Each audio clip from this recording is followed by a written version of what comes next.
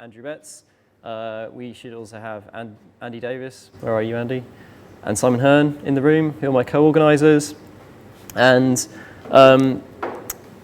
thank you very much to our kind host, CloudFlare, for providing us with this space this evening. We have been a bit homeless recently, so it's really great to have a space that we can use that's really high quality. So next month, before we get to this month, next month we have a couple of talks for you. One, my friend Ivan from Belarus, who's never been to the UK before, so we're currently going through massive visa issues to get him here. But he is going to be doing a really fantastic talk on web performance tooling. And we have Matt Hobbs from GDS.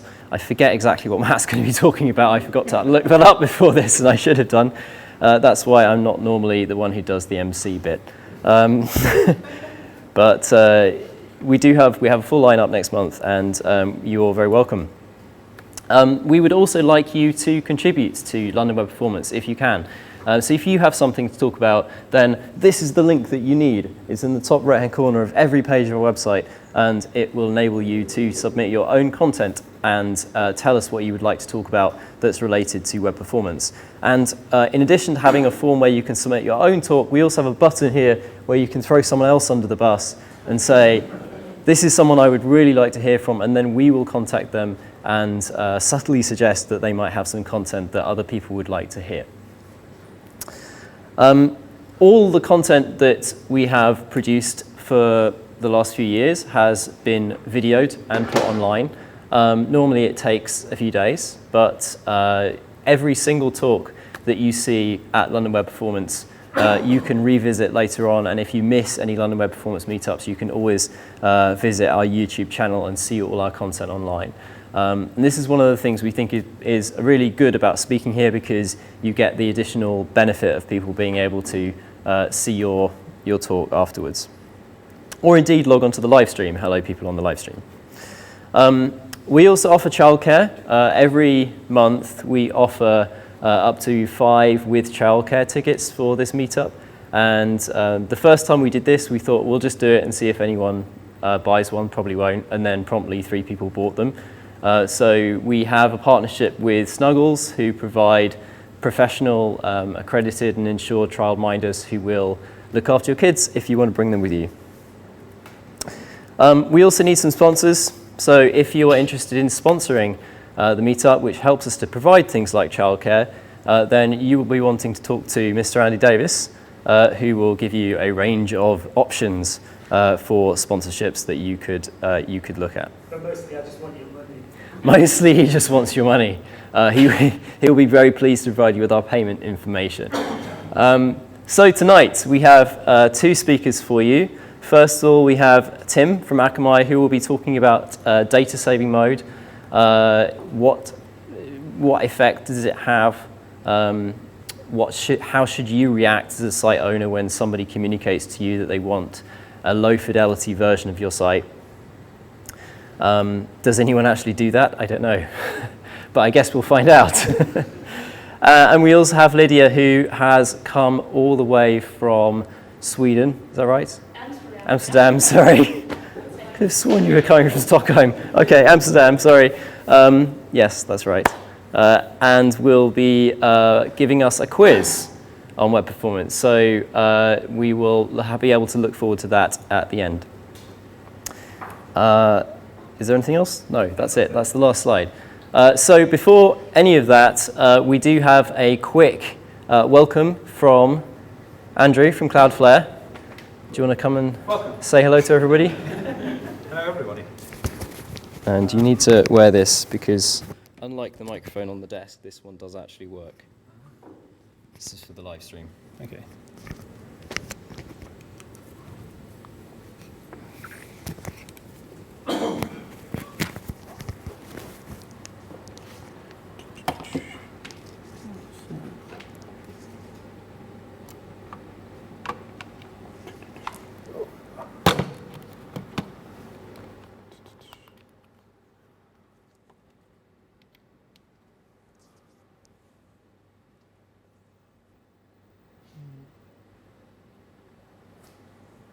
No? Okay. I'll just completely wing it.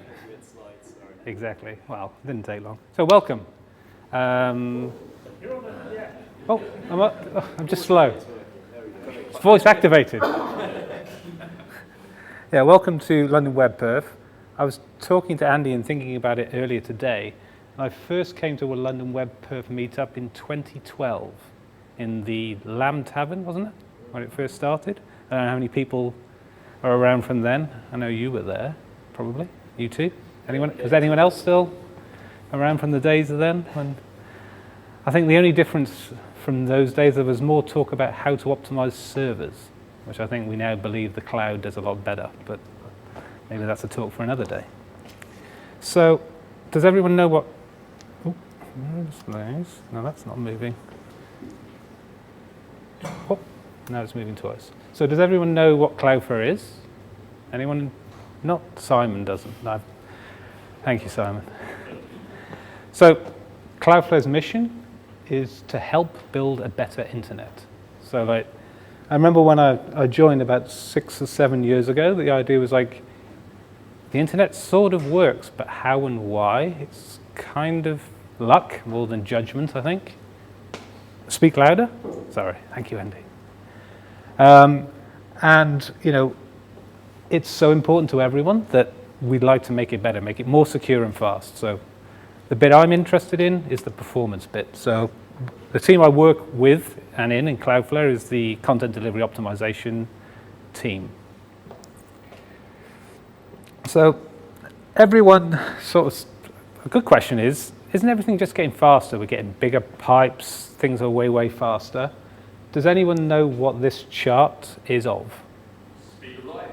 Yeah, exactly. I tried to blur it so that you may not be able to see it, but yeah. Unfortunately, in the 10 or 12 years that I've been working in this field, we haven't actually made the speed of light any faster. Which is important for everyone with websites because content has still got to get from the eyeball to the origin, and one thing you take away from this talk, whichever CDN or whatever you use, it's important that you use something because we can't get any faster than the speed of light. So CloudFlare itself is a very big network. It has 190 plus points of presence around the world. Its goal is to be accessible to every internet user within 100 milliseconds, and we're at about 99% of that. And we support over 20 million web properties. One of the interesting things is we've now built a serverless platform on top of this network, which is called Workers, which everyone must understand from last talk, which is Web Workers. We've got our own version of Workers, which is actually the same as a service worker, but runs on our POP, on our edge. So it's sort of, think of it as a third place to run your code. It's not in the browser, it's not on your server, but it's on the edge. So it's sort of secure, but very close to your customers.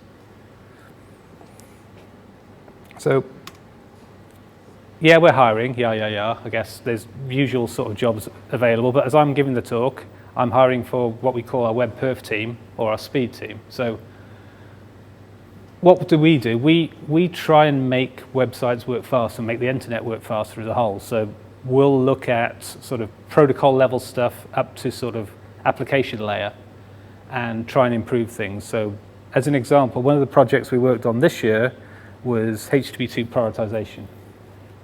Now, HTTP prioritization isn't great and isn't implemented very well by servers, never mind browsers. So we have a couple of blogs on how you can tune your servers, and Andy's done some work on shaming certain places that don't do it well, but browsers themselves aren't much better. And what we've done is we provided an API which you can access through Workers, where you can define your own prioritization scheme for any requests. And I encourage everyone to play around with this. You can just set up a site and just try different prioritization schemes. But what we've done is we've come up with what we think is a more sensible one and applied it to all browsers. So the example here is showing the difference between Safari's lack of prioritization and the prioritization we're applying. That's it. Just want to say thank you and welcome.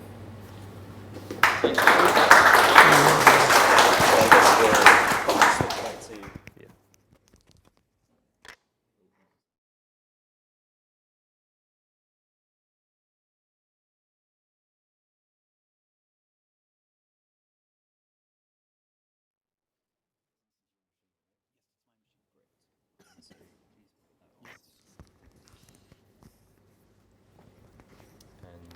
let me see if I can make this microphone work.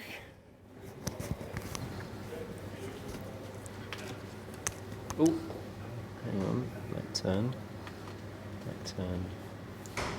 It's still on the screen, right? Yeah, I'm just trying to work out how I do microphone. Offline. Yeah. I'll speak loudly. Still offline. Okay, still fail on the microphone front. So first talk, we have Tim from Akamai. Please, you're welcome, Tim. Thank you.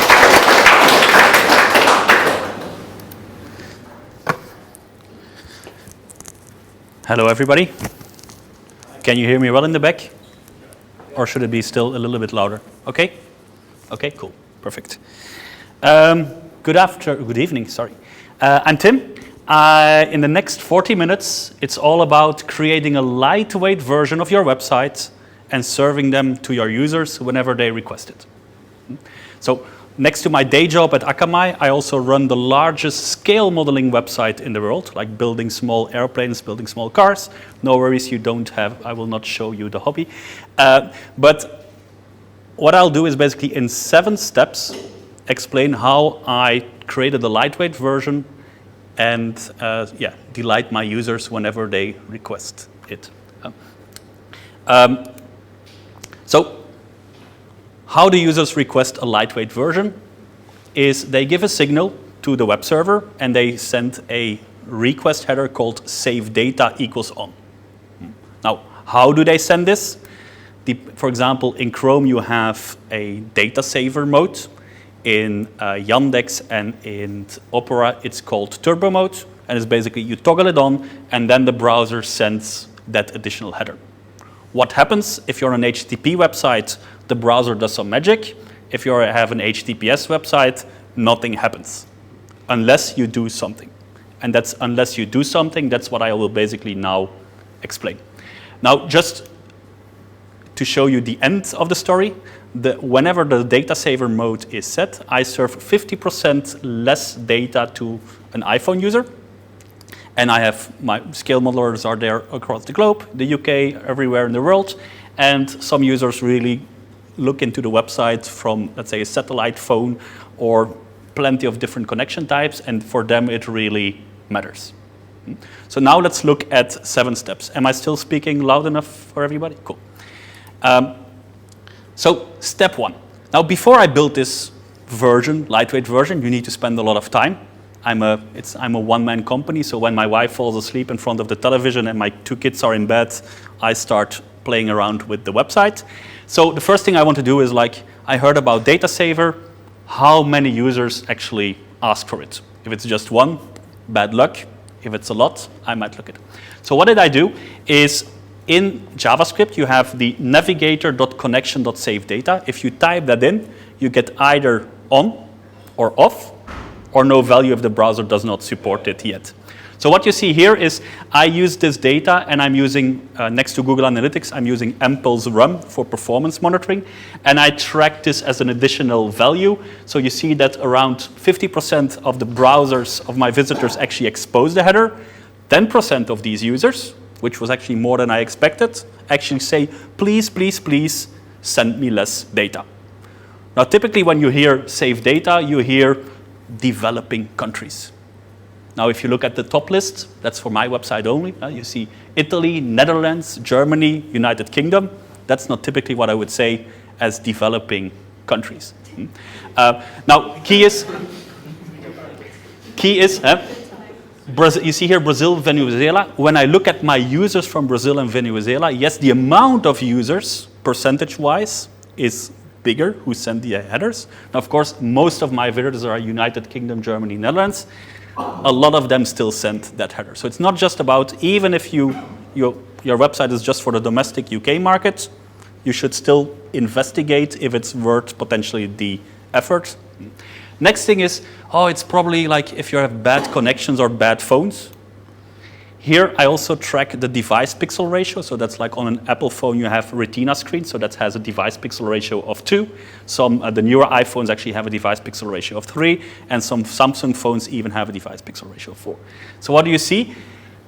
When it's turned on, device pixel ratio of 3, that's like not a cheap phone. So what is it typically is? It's not because you have an expensive phone that your monthly budget or subscription actually allows you to have a lot of data. Sometimes, for example, my neighbor's kids, they get the old phone from their parents, but they still have the cheap, let's say the cheap subscription. So it's not just about old phones and developing countries. New phones in the UK might have the same thing. So that was it. I decided I need to do something. And the first step you can do is actually make your desktop version as small as possible. Why? Because every byte you save in the full desktop version will make the next steps easier. Just a quick highlight. So what can you do? Apply browser caching, gzip, Brotli compression, remove unwanted headers. Andrew, you're a big fan of removing unwanted headers. Get rid of those. Enable HTTP2, optimize your images, a lot of stuff which is typically well known in the web performance industry. So I did all this. Now, what is the advantage of when you save data? When I say, oh, if you get rid of that header, you save 5 bytes, performance-wise, might have 0 impact. Now, when you're looking at saving bytes, every byte matters. No matter, like, if you track it on mobile, desktop, whatever country you check it, every byte you get rid of, you save. So that's an exercise I did. Here, I did all the basics. What I did here is my website used jQuery and jQuery UI. It's like a framework, easy development, but there was some overhead. So what did I do is I got rid of jQuery UI and changed it to vanilla.js. This also allowed me to upgrade jQuery from an old version to a newer version, which is smaller in size, again, saving bytes. So here you see that on the JavaScript transfer size, that's how many bytes you ship to the end user, not how large the JavaScript is unzipped. You see that I win 20%. Who knows this tool? Yellow Lab? Awesome. So it's a nice tool, it's free. And what it does is you put in your website and it gives you a lot of ratings. Like, did you use duplicate CSS selectors? Did you use too heavy fonts? Where are some image optimizations? What are some, let's say, JavaScript code, et cetera, et cetera. Have a look at this, and it can really help you finding some bytes and also improve the performance. Now, this is not from my website. My website, everything is perfectly green. But this is actually from a UK website. So maybe, depending on who you are, it might actually be your website. So that was step 2. So far, we didn't do anything special, right? How many users are there? We did some optimizations, best practices. Now let's do some smart detection. Now, smart detection is a bit exaggerated. So my backend runs on PHP, and I check, is there an incoming header called save data? If it's equal to on, I say save data is enabled, yes, otherwise false. Nothing special. Now, I do like to test web page test, page speed insights, and not all of these tools actually have the possibility to modify the headers. So what did I do? I have the option to enforce the save data mode, either by adding a get variable or by setting a cookie. This also allows me to, for my end users who have browsers who don't support save data mode, to actually enable them via a cookie to still get that low, let's say that low version. Nothing special here. So, step 4, we're going quickly. Removing content is a great way to save bytes. Now let's look at some of the options you have. Related articles. Every website has related articles. E-commerce, other products. If you're newspaper, other articles. So in my full version, and the light version. So in my full version, I sometimes show up to 40 related articles. When I do that simple smart is data saver enabled, I override the related articles to 15. Does it matter? In the end, it's just a thumbnail. But yeah, let's say a thumbnail is 6 kilobytes, 25 thumbnails saved, it's 150 kilobytes, straight away gone. Now here is a dilemma, because in theory, if I put it to 10, I save more bytes. If I put it to 20, I save less bytes. So you need to find that balance between saving bytes and still have a usable website. The alternative is getting rid of your thumbnails. Do you actually need those thumbnails? For example, for a newspaper saying Trump visits China, do you really need to see that picture of Trump? No. On my website, this was not possible because scale modeling is like very visual, and without the images, the website does not say anything. So that was not an approach I could take. Infinite scroll, easy. You have a page, and when you scroll down, you scroll down, you scroll down, you scroll down, scroll down, scroll down. At a certain point in time, before you reach the end of the page, what happens? You request, and you do an Ajax call for additional content, and then that page becomes longer. Now, how can you play with it with data saver mode? And this is when you look at performance. Ideally, you trigger this request as soon as possible, so the user does not see that content being loaded. Now, from a data saver perspective, if I trigger this request too early, you consume bytes which you might not need. So what did I do? When data saver mode is enabled, I wait longer before requesting that additional request. Instead of 500 pixels, only 200 pixels. And instead of sending straight away 15 additional articles, I limit it to 10.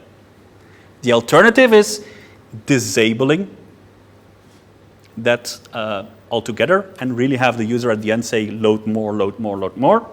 I decided not to do it because it's the end, again, usability versus saving bytes, and that's everyone's choice. Make sense? Cool. Remove non-crucial content. Look at your website and you'll see plenty of non-crucial content. Like on my website, you see the amount of users online. What is the value? In the end, not really. So I just, in data saver mode, I get rid of it. Saving X amount of thumbnails, X amount of bytes in the HTML, which is potentially negligible. Now look, for example, in your footer on the homepage. Or footer, you see probably 5 logos of sister websites, 7 payment providers you provide. There's plenty of content. Do you really need it? No. Get rid of it. You save a lot of bytes. Another more complex. Does somebody spot the difference between the top and the bottom screenshot? Icons. So I use Font Awesome as an icon set. Now that consumes bytes. So I decided, well, you know what? When it's data saver mode, I just write the label instead of consuming X amount of bytes for Font Awesome. Now, then looking in web page test and looking in my run data, I still saw that stupid Font Awesome file being loaded. What happened is I had another optimization called preload, which says I need this file. And I forgot initially to remove that preload. So what happened is I just shipped those bytes to the data saver version while I don't use it. So have a look at that as well. Advertising, easy. Instead of 10 advertising slots, limit it to 5, limit it to 2. That's an easy thing to play with. Video, what can you do with video except for reducing the bytes? Autoplay. Autoplay consumes a lot of bytes, and maybe the user doesn't need to see it. So the only thing I do is I remove this autoplay button. If this data saver mode, remove autoplay. Very easy thing to do. Performance here. Low quality image placeholders. Who heard about this already? Now in theory, I ship more bytes because this low quality image placeholder is 3 to 4 kilobytes. I inject it as a let's say as a data element inside the page. Now purely from a data perspective, I ship too many bytes. So I decided to get rid of the low quality image placeholder to save some bytes. I only have a low quality image placeholder on the hero image. I don't have it on all the thumbnails below the fold because that's wasted bytes anyway. Key is, doesn't matter if you're using a CDN or if you're using Varnish in the backend or Memcache, whatever, is as soon as you have multiple versions of the homepage, multiple versions of that sidebar, multiple versions of the footer, make sure that you have separate cache keys. Otherwise, you see like mixed content, a user seeing a footer let's say, the header in full mode and then the footer in low mode, that doesn't look good. Step 5, purely from a timing perspective, I'm lost track of time, just to check. Good, perfect. Step 5, a key thing where you can really save a lot of bytes are images. Especially on my website, scale modelers, when I had images of quality 90, they would scream at me like, "Hey Tim, I uploaded this nice picture of a cockpit and you can't see the details I added because you start adding some pixely things." So my images were big, big, big, big. Now in data saver mode, that's like not easy. So what are some options serving lower quality? And here again, it's a trade-off between bytes, performance, and speed. You can create very small images in the lowest quality, but nobody uses the website. So it's like a trade-off everybody needs to make. I have a product, so I have in my database more than 1 million different articles. So it means more than 1 million of these little thumbnails. And that's like a default image tag. Now, quality is key, so I serve high-resolution images to 2x devices, 3x devices, and 1.5x devices. So here you see the source set element. And what does that basically mean is, instead of the standard thumbnail, I have multiple versions of that thumbnail. Now, if you're looking at 3x, that means a thumbnail of 480 pixels. If you remember 50 thumbnails of 480 pixels, that's a lot of data. So what are your options? So by default, I serve 160, 240, 320, 480, depending on the device pixel ratio. And on the Google website, you see, oh, in data saver mode, what is one option? Downgrade the quality. Instead of quality 90, go for quality 80 or quality 75, and you'll save bytes. Now, what is a big disadvantage of this approach? I told you I have 1 million product images. I already have 4 versions of these, so that means 4 million thumbnails. If I create a low quality version, it means I duplicate the amount of renditions. Not what I want. Another issue is performance, because I have a lot of long tail content, so the chance that some content is somewhere in the cache on my CDN is pretty low. Now the chance is even smaller. So performance-wise, this is also not optimal. So another option is, and that's the easiest option, just get rid of that source set tag and always serve the 1x version. That will also result in smaller quality. So that's like very easy. The downside is, for me, that the quality was a bit really too low. So I had a lot of byte savings, but the quality was like too low for me. So approach 3 is what I call downgrade quality. And what this does is you basically reuse the previous DPR. So here 2x is normally 320 pixels. You serve that to the 3x version. The 2x version, instead of getting the 320 pixels version, you get the 240 pixels version. Now with this approach, you downgrade quality, but you reuse all your renditions, and you reuse, let's say, the cache keys on your CDN or in your varnish or whatever that is. So the positive thing is, quality-wise, for me, that was great. Downside is, of course, the amount of byte savings is reduced. And so that's just a trade-off you will need to do. Now, this morning, I woke up very early and took the Eurostar from Brussels to London. And what happens if, let's say, on the European side, I'm in full mode, and then after I say, oh, now here I need to pay attention to my, let's say, to my phone bill, and you do context switching. The worst thing that can happen is having a full version in your browser cache, all the full quality images, and then say, oh, now I need data saver mode, and then suddenly start downloading all the lower quality images. That's not ideal. So that's something to be aware of. So there are 2 options there. You can either work with a service worker. So I have a service worker installed for offline usage and push notifications. So that was like an easy thing to do. So what I do is when a request, the browser triggers a request for the full version, I first check in the cache if I have it, and then I serve it out of cache. Otherwise, I check is the save data header present, and I rewrite the request to the lower quality. So although the HTML says give me version 240, I don't have it in cache, so now give me version 160. This sounds like, oh, perfect. And I have already a service worker, perfect. I decided not to do it. Why? Service worker, when does it work? After the second page view. So for first-time users coming in via Google, search engine optimization, etc., the first version they get is the full version. Not ideal. And also when JavaScript is disabled, you have some issues. Now typically those users disable JavaScript because they also want to save as much bytes as possible. Origin or your CDN, doesn't matter. I will now show Akamai CDN because that's what I work for, but in theory I think you can apply this to any other CDN or Nginx. It's you just let the browser do its work, so you still reference the full version, let's say 240 pixels.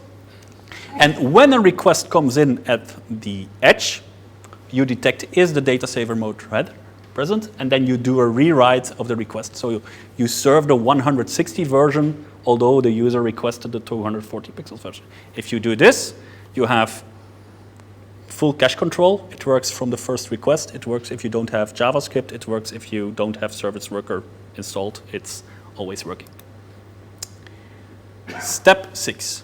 Inform the users. How many have implemented data saver mode on their website? 1. Now, the downside is, for your end users, although they enable data saver mode, none of their websites, or maybe a few, take that into account. So if they suddenly come to your website and you decide, oh, I ship lower quality images, I make the user experience on purpose a bit bad, they don't know that you did it on purpose. So as soon as data saver mode is enabled, I tell my users, this is what I did. I also now have the link to toggle it on or off. So I basically set a cookie so they can override it for my own website. And then in order to still make the users happy, so this is one of the 500,000 scale models in my database, I, for example, say, hey, if you want to see the full box art image, if you want to see that nice image, just click on it. And I also add the cost, so they have an idea, is it worth clicking on it or not? So that's informing the users. The last step is monitoring. Who heard about the term performance budget? A few? That's good. Perfect. Now, before data saver, in theory, when you save data, the goal was make performance better. And if you save enough data, performance gets better. Now we saw that actually by removing some data, like for example the low quality image placeholders, I don't make the performance better. I can make it actually worse. That triggering the infinite scroll a little bit later is worse for performance in favor of big data. So I now split, instead of doing everything at once, I look at my performance budget and I look at my data budget. How many bytes do I ship independently of the performance? And why do I talk about a matrix? First, I ship different amount of bytes based on if it's mobile, desktop, or tablet. So that's the first dimension. The second dimension is DPR. How many bytes you ship? Yeah, it depends on the device pixel ratio. If I send the 480 pixel thumbnail or the 160 pixel thumbnail, that's a huge difference. And then the third dimension is data saver mode. Because my budget might be perfect under data saver mode, but I might be completely over it in non-data saver mode. So here an example. This is a default desktop version. So you see, as soon as you go to 3x, the amount of bytes explodes. It's still reasonable. This is the home page, so but you see that the amount of bytes explode. And then when data saver is on, you see straight away a drop. And depending on the 2x, 3x, it's still okay. Why does the data still shift? At that point in time, I didn't implement it 100% correctly on every single page. So here and there, I still had like a 2x version loading, and I also have advertising on the website, which can vary also a lot. So, and then the same for mobile. And actually what you see is on mobile, I no longer see 1x devices. And here you see this explosion. And when the data saver is on, it's like roughly 50% for an iPhone. So that's the thing I started with, that the lightweight version serves 50% of the full version. And this is I run every day, so I set up this performance budget, and this is how I continuously validate that everything is under control. So it's no longer one number, because which of these numbers do you take? None of them is correct. It's a matrix.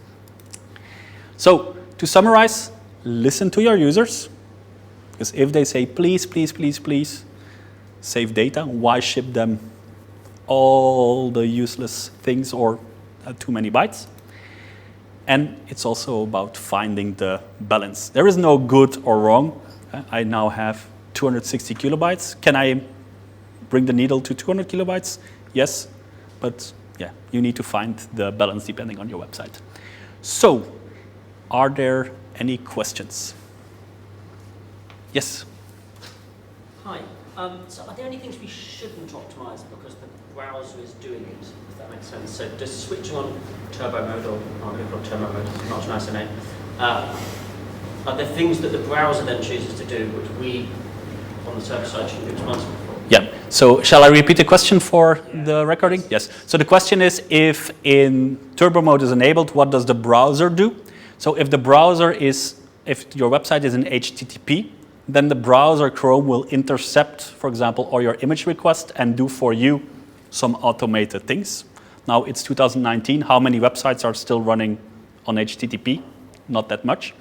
I know I proposed to the Chrome team, like, why should we as website owners decide to remove, let's say, the 2x version and the 3x version? Wouldn't it make sense if data saver mode is enabled, that the browser ignores 2x, 3x, and then, I fully agree with that, but today, it's not the case. Okay. Nothing. So before HTTPS, your website is exactly the same when it's enabled or not. Unless you do something special. Yes. Any additional questions? Yes. Sorry.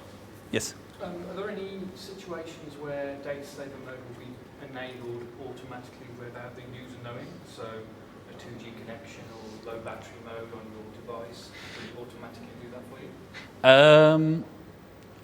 you? So the question is, like, does the browser send that header under certain conditions without the user knowing? Not that I'm aware of. I know that Chrome is like looking to automatically do that. Oh, if you have a bad connection, do X, do Y, but not in production as far as I know. There was, Andy? So, do you use prefetching for the next page? Radical prefetch? No, I don't use prefetch, but that would be something you have to disable in case data saver mode is enabled, because the last thing you want to do is that you ship bytes in favor of performance, and with the risk that you send too many bytes. So that would have to be disabled as well. Yes, correct.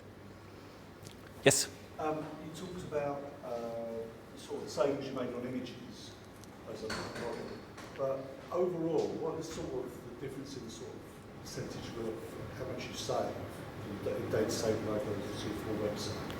So is the question, like, if I change a 2x version of an image to a... No, let's say you load a page and it's 2 meg. Yes. In data saving mode, what typically do you think is a good percentage of that? What would be a good target? Yes. So in my case it was I said around 40 to 50%. So it's significant. The question is that was my view. It also depended like what are the easy things I can do without programming evenings and evenings and evenings to make it perfect. At a certain point in time, it's like, okay, this is what it is. Am I happy? Yes. Can it be better? Yes, but I don't have time for it.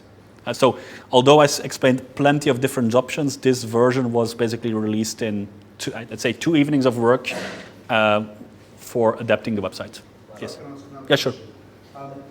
How did you get into this? Was it just something you decided you wanted to do, or did you see an article, or? I guess so I'm constantly on Twitter, and I guess that it was one of the articles or one of the things I saw, like, hey, but I can't remember which one. Yes. Yeah, sure. Have you seen, so like for example, the reducing the number of rated articles, have you seen a reduction in click-throughs to follow-up articles? That's a good question. So basically, do I see different user behavior when data saver is enabled? The first thing is, for example, I see bounce rate when data saver is enabled is much, much higher than regular users. Now I'm not sure if this is basically because I did it wrong or because these users are anyway very data minded and they don't click unless they really want to click. So what I guess is people are on their mobile phone, bad connection, they do a Google search, they find the information, and they're not that interested in going further. So I'm not sure if that's linked to my setup or just a regular thing. That might be a good thing to check on any of your websites. If you don't do anything, validate the business data, let's say session length or amount of pages based on that header without making any changes. It's just interesting because if you've decided that something isn't adding much value to a user, why serve that anyway? Yeah. Why just not send it to Yes. anyone? Yes, but that's a good thing, is there are certain things which I evaluated and just removed entirely without, let's say, without doing this. Yes, makes sense. Tim, probably only have time for one more question. I'm going to reserve that question. That's Perfect. Lydia, do you want to come up and start getting set up? So I'm just wondering, like, do you make more money? Like, do you make more or less money from people who have data saver enabled? And if you serve the full fat version to someone who doesn't want it, are they less likely to spend money? Yeah, so my revenue model is advertising, so the more pages people look at, the better. And I also have like affiliate marketing, so you can look up, oh, I want this kit, and you can see the 20 shops around the globe where you can buy it, and each time when people click on it, I earn a bit of money. I'm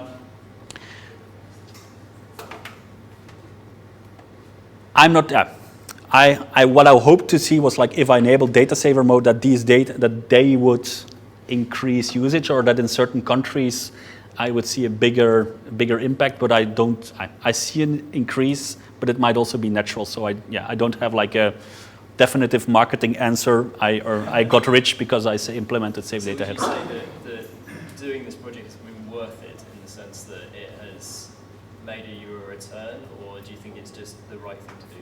So what I know is from those, because I have very close relationship with my end users, they can log in. So those users, like the user who said, like, I live in the wilderness, he now uses the website more often than before. So that's one thing. And he said, oh, great that you do this for me. So, and that's like invaluable because they now also post on Facebook, or they like whenever I post something on Facebook. So there is like an indirect return as well by delighting your users. Okay. Sounds Cool. good to me. Thanks, Tim. Thank you. Thank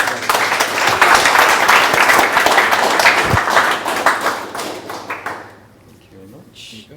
Would you just click that on?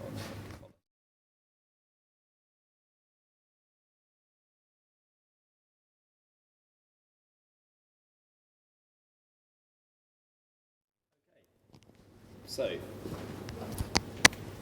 we should be having food delivered soon. 8 o'clock. 8 o'clock. So you'll get your food after the last talk of the day. Lydia, who's coming from Amsterdam. Sorry. I think I even put Sweden in one of my... I'm sorry. I lived there for years. It's fine. Many make that mistake. It's okay. I put it in the tweet as well. But thank you for coming all the way here to do this talk. It was something that I saw in a JavaScript Weekly, I think. Yeah. A couple of months ago, and I thought it would make a really fun talk, and so I'm really pleased that you agreed to come and present it for us. It means we've got 2 travelling speakers today, so I'm really, really stoked that people agreed to come and spend time travelling to see us. So please help me welcome Lydia. Okay. Hi everyone. I'm Lydia Halley. I'm a software engineering consultant, but I actually do so many things on the side. Like I just try to motivate people to actually, start coding, especially because I'm 21, I'm Gen Z. I just want everyone to see like, oh, how amazing programming can be, that it's not just like boring people coding all day and night, even though that's like still what I do, so it's probably not the best example. But I'm here today to play a game with the entire audience. It's like a trivia. Like Andrew said, I made a trivia about like JavaScript questions, just like JavaScript syntax, a bit like the tricky parts, as people like to call it. It's not really tricky, but whatever. And this went viral, and people just like to play a quiz, I guess. So I'm here today to play a quiz with everyone. Let's see if I can get my Kahoot. You don't have to join, like, because it's at the end of the day. Maybe you want to save your battery for your phone to actually get back home. I don't know. But if you want to, you can do that, and you can join a link. You can go to kahoot.it, and then you have to enter this PIN. And then you should see your like username appear, so if you want to play along.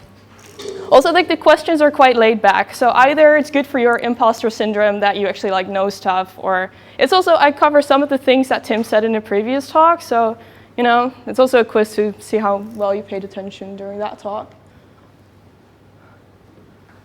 Also, there's like, if you win, there's no prize, so just feel proud. Like, yeah. I'll just wait till like everyone. It's hash save the internet for Wi-Fi transfer.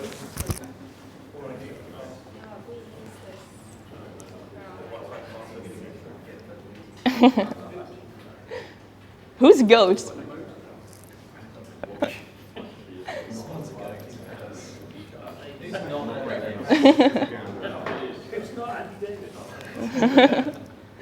Right. Still people joining? That's awesome. I've only got 20% battery. I'm not brave enough. All right. Are people still joining, or is everyone in? No? Okay. I'll wait.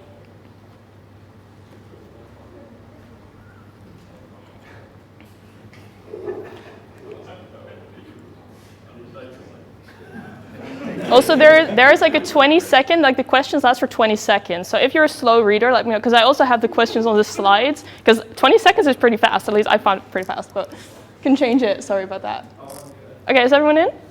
Then I'm going to start. Oh, there's some people. How many people are there? Doesn't seem like 34.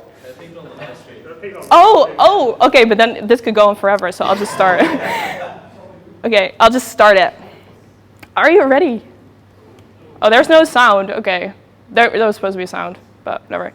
Question number 1. Which of the following tags can be used to delay JavaScript execution until all HTML has been parsed? Is it async, defer, prefetch, or preload?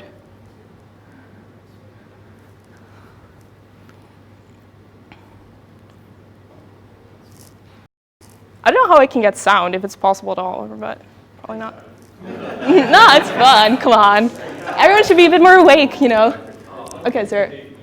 Yes, almost everyone got it right. It is indeed defer. I'm just going to go back to my slides.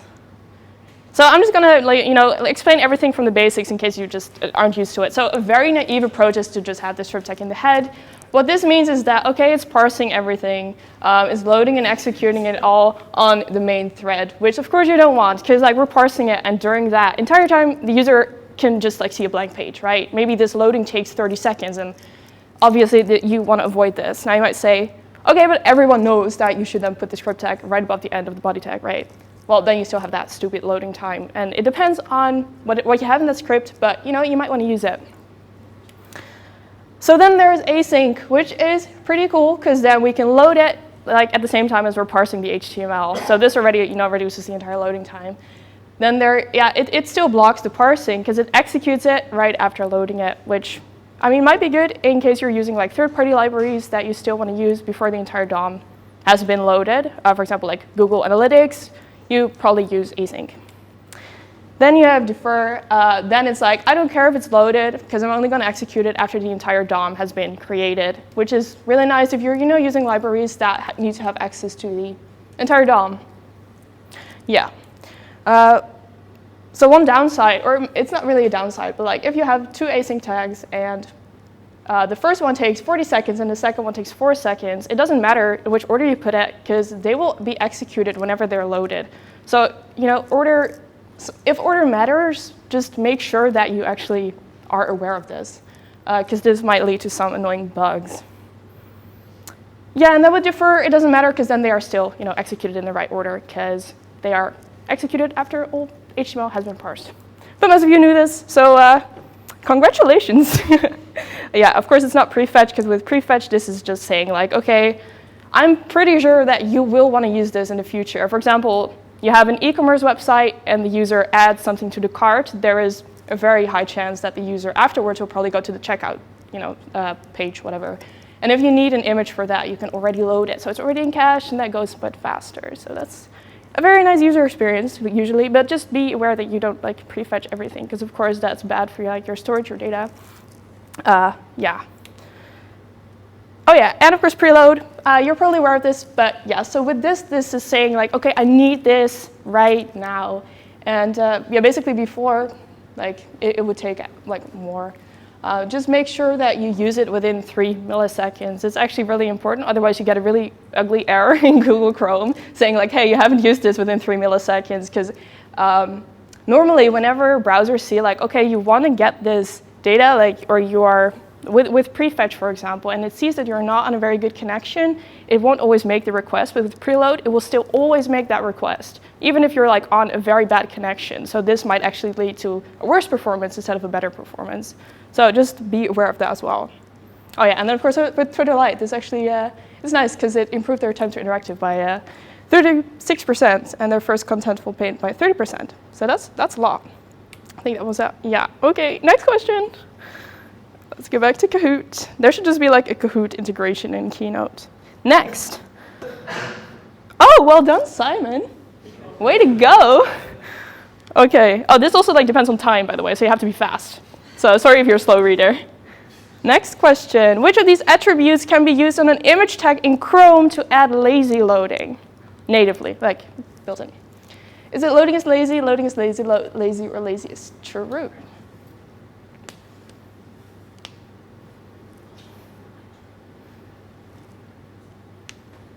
I shouldn't go too fast with these questions, otherwise I'm done within 5 minutes. But ooh, not everyone knew this, but this is quite new, so don't worry if you didn't know this. They actually got this in stable in the latest version of Chrome, but it's really awesome. Of course, everyone probably knows here about lazy loading in general. Yeah, so you can use loading is lazy. Of course, okay, quick lazy loading. Normally you would get all the images, even if they're not in a viewport, which of course is bad because you're making requests for images that you don't even see. Not optimal. So with lazy loading, we can just say, okay, we don't need it. We won't even load it until the user scrolls down, then we can see the image and so on. So yeah, this is, a CodePen just explaining or showing the new tag. I love it. I just love stuff like this. Okay, so you can go to inspect and you can actually see what's happening here. I just go to, only images, that's fine. Okay, so we have a list of just dog images, and you can see that, oh wait, should probably go, oh yeah, so whenever we're scrolling, whenever it's in the viewport, you can see that the images load. And you can be okay, but this is just what lazy loading always does. Yeah, I know, but now you only have to add this attribute, so loading is lazy. You don't have to use libraries for that anymore. You don't have to use whatever code you normally use for lazy load, which was always kind of annoying to add. You can just add this loading as lazy tag. Oh, wait, I'm scrolling the wrong thing. I was why is something loading? Okay, yeah. So this already just improves so much. Now, one downside that I noticed to this is that you can't really calculate the offset yet. You can sometimes see this flickering if the images aren't optimized either. I'm kind of waiting for Chrome to add that as well, that you can say okay, I want to actually already load it if it's 200 offset, whatever, or pixel, whatever. They haven't added that yet, but it's still a really big improvement. I love this new tag. There are also some other things that they added, but let's go back to this thingy. Where's my keynote? Oh, there you go. Yeah. So yeah, with lazy, we can do it like that. They also have auto, which just falls back to the default browser lazy loading behavior, which is of course different for every browser. And then there's eager, that's I think that's just the same as like not having any tag, but of course, like if you know, like if you're not sure whether you want eager or lazy, then yeah. All right, so this one, okay, just imagine that this box is in a browser. I couldn't really do it any other way. Okay, but what part of the pixel to screen pipeline does this animation trigger? So it has a transform, and it also fades out. All right. I just had to add, like show that first on my slide because I couldn't add it in Kahoot. I was like, what's fine? Okay, next. Yeah, okay, same question though. Still Simon, okay. Okay, what part is the pixel to screen pipeline?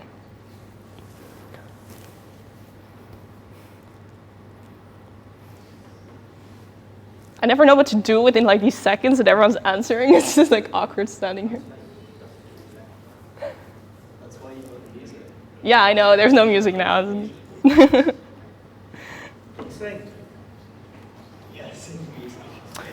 Ooh.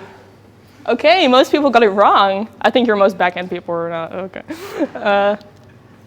Okay, so let me explain. Pixel to screen pipeline. First, let's just go back. Right. Just really quick, just like kind of, like refreshing your knowledge on this. How does a browser actually get these pixels on the screen? So the very first thing, of course, is parsing, building the DOM, seeing the HTML, see like, oh, it has a body tag, a head tag, whatever. It's building all these nodes, right, into the DOM tree.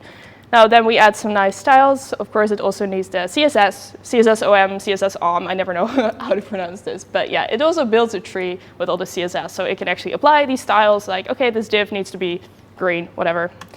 This then turns into a render tree, and the render tree is what you're actually seeing on the screen. So if the display is none, it won't be in the render tree, right? Because we're not actually like seeing it on the screen. Next is layout. So like where should everything go? And this is important when we've added like width, a height, an offset, whatever. The browser needs to calculate all of this. I make everything like mobile first because everyone's like using mobile anyway. Then painting. Yeah, so that's actually where the pixels appear on the screen. So it like the browser builds layers and like it shows, okay, what actually needs to be there. It doesn't have to be green, yellow, this is a box, whatever. And then there's the composite part. I would probably say compositioning. I don't know why I always say compositioning. When I say that, just know that I mean compositing. But this is a very important part because this is actually where the browser builds the layers. Because of course, like if we have two boxes, one of them needs to be on top of the other. Like the browser needs to know which one has to be on top. So how does it actually do that? Now there are actually two threads. So we have the main thread, UI thread, which you probably know. So this is the styles and layout and painting all happen on this thread as well as your normal JavaScript execution. Now imagine that we're constantly like repainting or recalculating our styles while our JavaScript is also on this main thread. That means that we get a kind of a laggy animation, which I'll show later. But compositing happens on the compositor thread, and this also has access to your GPU. Now, of course, you know that like GPU is built for animations, right? It's built for graphics, which is really, I just saw that the iPhone 11 got released and they didn't like change their GPU and CPU, which is kind of, this was totally off, not in the point, but saying that the GPU is a very important part of, like adding smooth animations instead of just your CPU. And you can see that difference here. Now you might not really see it, but one of them is using the GPU, one of them is not using the GPU, it's just using the CPU, and that's the one on top. Yeah, you can't really see it from the side, but it's kind of flickery. It doesn't look good, right? And especially when we see it in inspector tools, and we go to, let's see, rendering paint flashing, you can see a green border. And this is always where painting happens. Now the painting happens, of course, on the main thread, meaning that everything is blocked because it's painting the entire time. The browser is constantly recalculating, like, okay, you're doing something bad.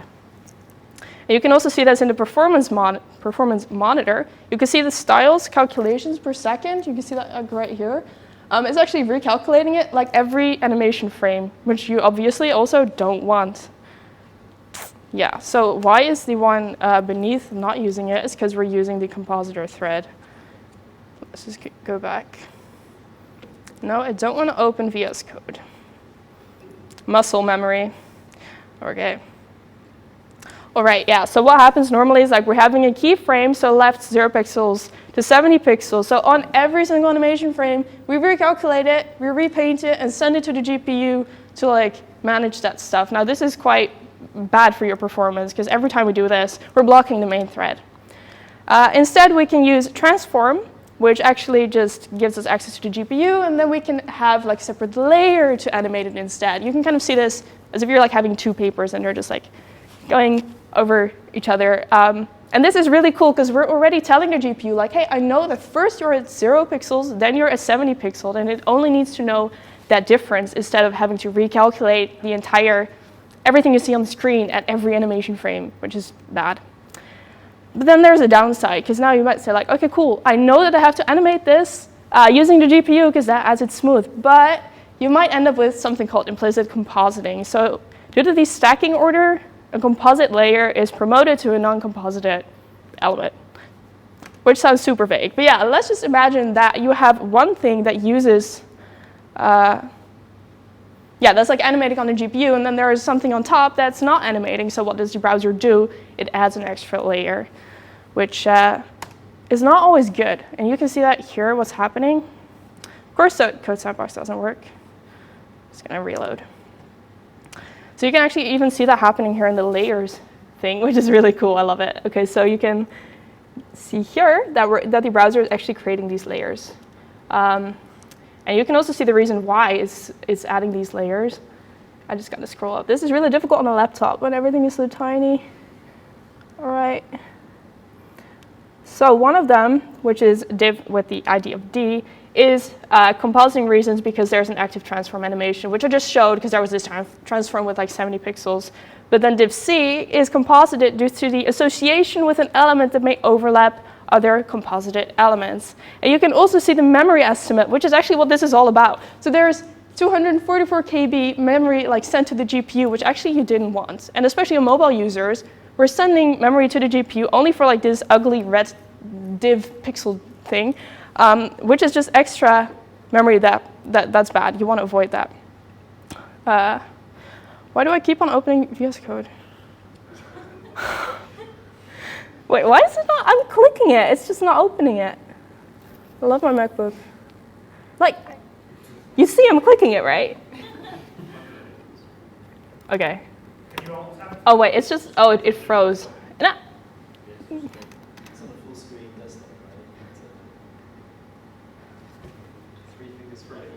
I'm trying. I'm trying. Okay, there you go. Okay. No, like it actually froze because like I'm touching things in it. Oh, okay. Okay, well this is actually a more efficient one. So this is implicit compositing that happens quite often when you're working with front-end things. So we have a cool animation and we have some overlap. Now let's just look at all these layers. All of these things go promoted to their own layer, and whenever we see these layers, it's just like really bad, right? Now, of course, like they're kind of tiny. They're 4.4 KB, but still, this is bad because it's still composition due to association, blah, blah, blah, blah. Now, how do you solve this? Well, it's actually really easy. We can just say like, okay, position, relative, and the z-index is 1. So now we're saying to the browser like, hey, the animation thing actually has to be on top of all these other things instead of underneath. So when we now look at layers, you only get 3, which is already like a huge improvement if you don't want to like bomb your mobile user's GPU with some stuff that you're making. So this is actually something that I never really thought of before, but then I crashed my browser constantly when I was building something. I was like, what's going on? And I just had like a trillion layers. So just be aware that you're actually, okay, this went well. Using these animations on the right one. Now what can actually cause these animations, or layers, composite layers, sorry, like translate video, canvas, iframe, opacity, which is like kind of not obvious, position fixed, will change and filter. So don't use an iframe like underneath all of these elements because you will probably add so many layers that you might not even know. Oh yeah, next question, you'll probably know this, but what runs separate to a browser's main thread? What? I just gotta go back to Kahoot. Okay, next. Ooh, Tim is on top now. Cool. Next question. So what runs on the separate thread to the browser's main thread? Is it service worker, dedicate worker, service worker, a dedicated and shared worker, service worker, shared worker, and a worklet, or service worker, shared worker, and a worklet? You could probably read. I probably didn't have to say all of these, but whatever.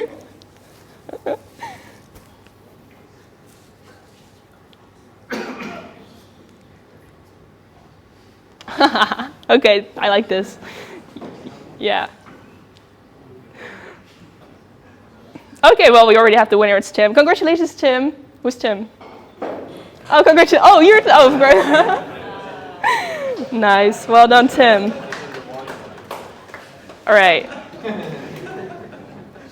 Yeah, so in case you weren't familiar with the workers, yeah, just a quick walkthrough. So what's a worker? It's a script that runs on a thread separate to the browser's main thread. So this is perfect if you have like heavy calculations. You of course don't want to have that on the main thread, right? Because like, well, that takes a while. Very good example of this is like this, yeah. This thing, so it generates pi, and you have this like spinner thingy, right? And then you generate it. Ooh, wow, that's a lot of work. So the main thread's blocked, so the animation doesn't work. Now I actually have to wait because, okay, well, there you have pi. I'm just going to refresh it. So if you now do it on a worker, everything's still working, right? It's still spinning, and it's calculating it in the background, which is awesome. It's doing it on a different thread, and now we got it. So like during that entire time, it was calculating it. We still had a responsive website, which is our goal, right? So let's just get back. Oh, okay, this just doesn't work. Okay, there.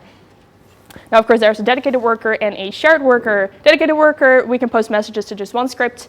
And a shared worker, it's actually kind of cool because you can still have the same worker, but in different tabs. So like different tabs can still communicate to each other. I didn't have time to like build this stuff myself, but this is a really nice example. Okay, so like 10 times 2, whatever. So this is 20, and then go to second worker page. So square this number for, I don't know, 16. Wait, that doesn't, oh, wait, oh yeah, okay. 2 times 2 is, yeah, okay, I'm really bad at math. So yeah, so they share. So the first tab and the second tab. Wait, that doesn't make sense, does it? 20, the square number of. Yeah, but they should, okay. Oh, okay. This was a different example at first. I'm so confused now because first it like used the previous result and then it used that result on a different, whatever, you get the point. They can communicate, different tabs can communicate because they're like communicated to the same thread, which is a worker, which is kind of cool. Yeah. Right. Oh my God, okay. I'm almost done, don't worry. I only have 2 slides left and I don't have to go to the browser again. You can have your pizza soon. Right, and of course service worker, a proxy between a browser and a network for cache. Yeah, you can use cache only that doesn't use a network, which is great if you like want to avoid screens like this, like they're loading, or you get the annoying dinosaur game, and then you play the dinosaur game and then you get internet back, so like you can never reach your high score. It's really annoying. So like you can use a service worker for that as well to only read your cache, and you can create an app shell with that. So whenever you know your user has already visited your website once, and you know like, okay, I'm kind of going to show these contents later on, I can just use an app shell. So you know, it looks as if I'm actually loading something, even though like it might be entirely crashing, but your user will never know that because it sees like nice divs anyway. Yeah, network only. I won't really explain all these service workers because I feel like they're pretty obvious. So first with cache, of course, like, yeah, if you want to use cache first and it doesn't work, then it goes to your network. Or first network and then cache. So this is actually important if you like want to have resources that actually update all the time, like a user's email inbox. You don't want to like, you know, show old emails. You actually want to see the updated ones. Whereas with the cache first, it might be like user avatars. Like I don't really care that Sarah updated her avatar if it like makes my experience worse. Just get her avatar from the cache first. Even if it updated after, that's fine. Like we can cache it later on, but just show her old avatar first. Yeah, that was what we can do with cache. Oh, and worklets is actually really cool. So I didn't even know about them until like a month ago, but worklets are new to Google, and they give you access to the rendering pipeline. So we can like create something like a checkerboard painter, and you can like create all this with whatever. So you get like a checkerboard pattern kind of, and then either in JavaScript or in CSS, we can then add this worklet to like a background image. So we actually get access to the rendering pipeline. So like the painting and the compositing part, which wasn't there before. So I'm really excited about that because it gives you far more like control over that entire rendering pipeline, as far as I know. This was everything. Well, congratulations, Tim. You're really good at the web performance.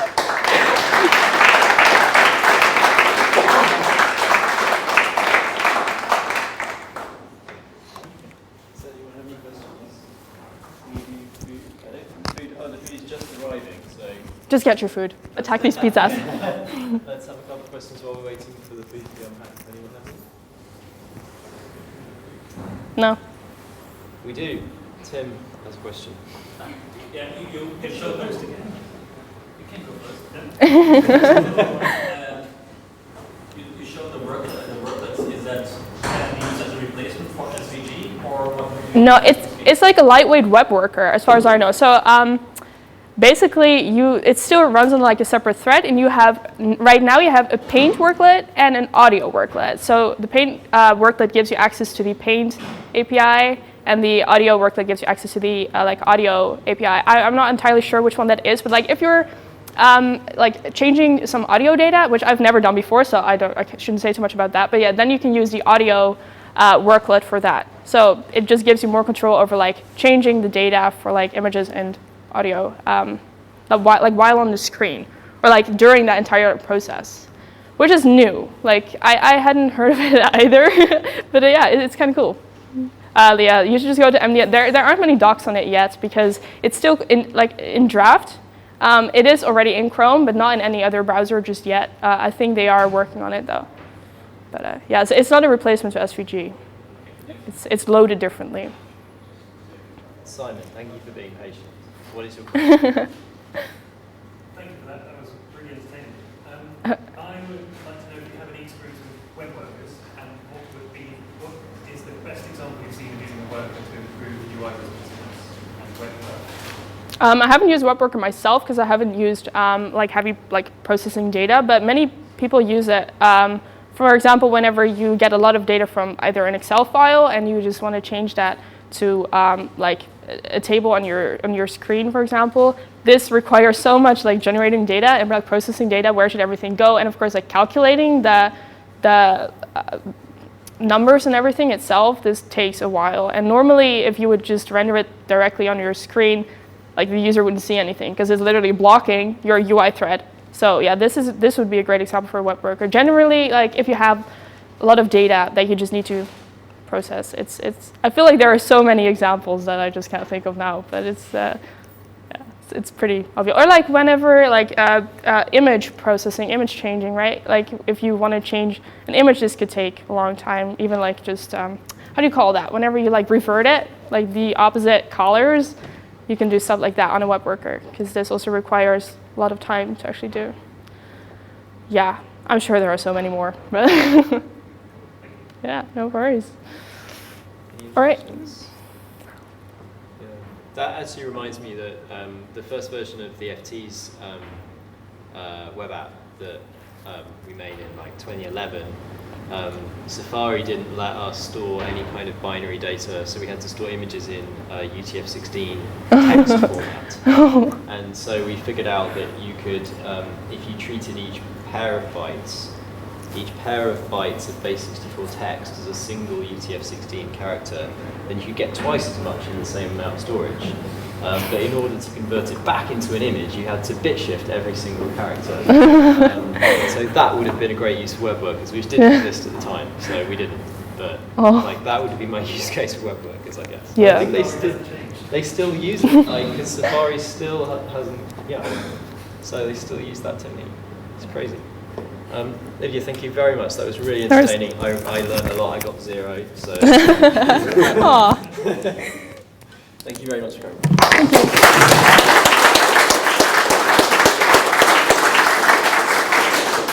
And the pizza is here. Go and help yourself.